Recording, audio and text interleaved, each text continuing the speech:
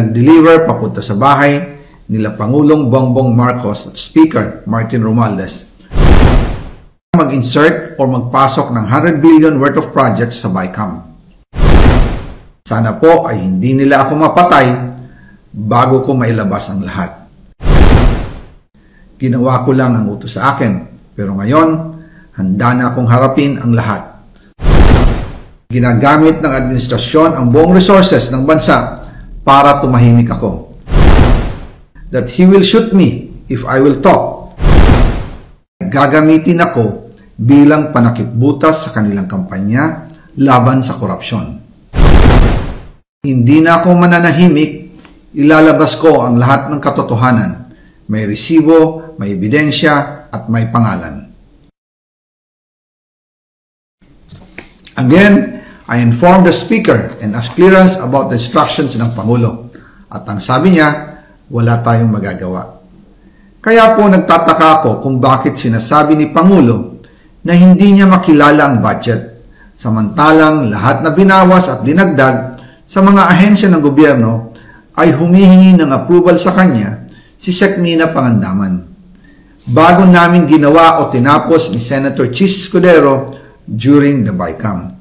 Sinabi pa ni Sec. Mina, everything is cleared with the President. Basta importante, pasok ang pondo na request ng Pangulo. The following day, sinabi ni Sec. Mina, approve na si Presidente BBM sa lahat na binawasan na ahensya. Masaya na ang Pangulo dahil naipasok ang gusto niyang 100 billion insertion. Wala pong perang napunta sa akin. Lahat po ng insertion napunta sa ating Pangulo at Speaker Martin Romualdez.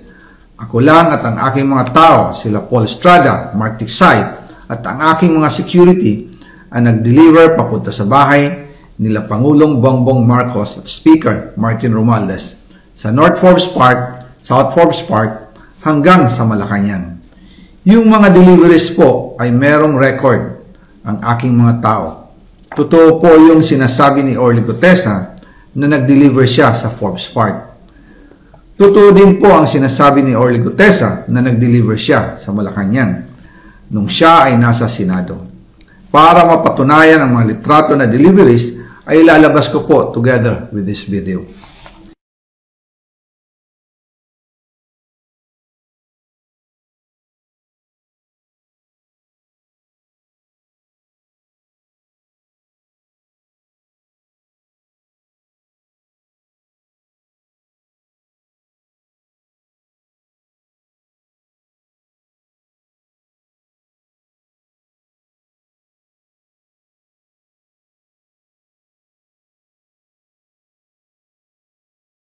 After po ng approval ng budget sa General Appropriations Act of 2025, nagtanong po ako sa DPWH kung magkano ang kailangan na ibigay sa Office of the President o ang SOP na bigayan.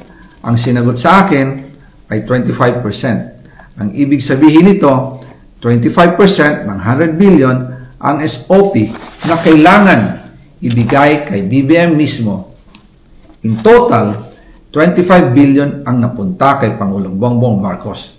Kaya ngayon ay hinahamon ko si Ombudsman Remulla kung seryoso talaga siya sa mga sinasabi niya sa kanyang press release na idadamay niya pati si Martin Romualdez kung magbibigay ako ng ebidensya. Patunayan niya ngayon ang pronouncement niya.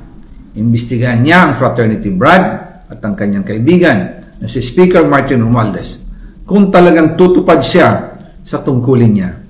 Imbestigahan din niya si President Bongbong Marcos.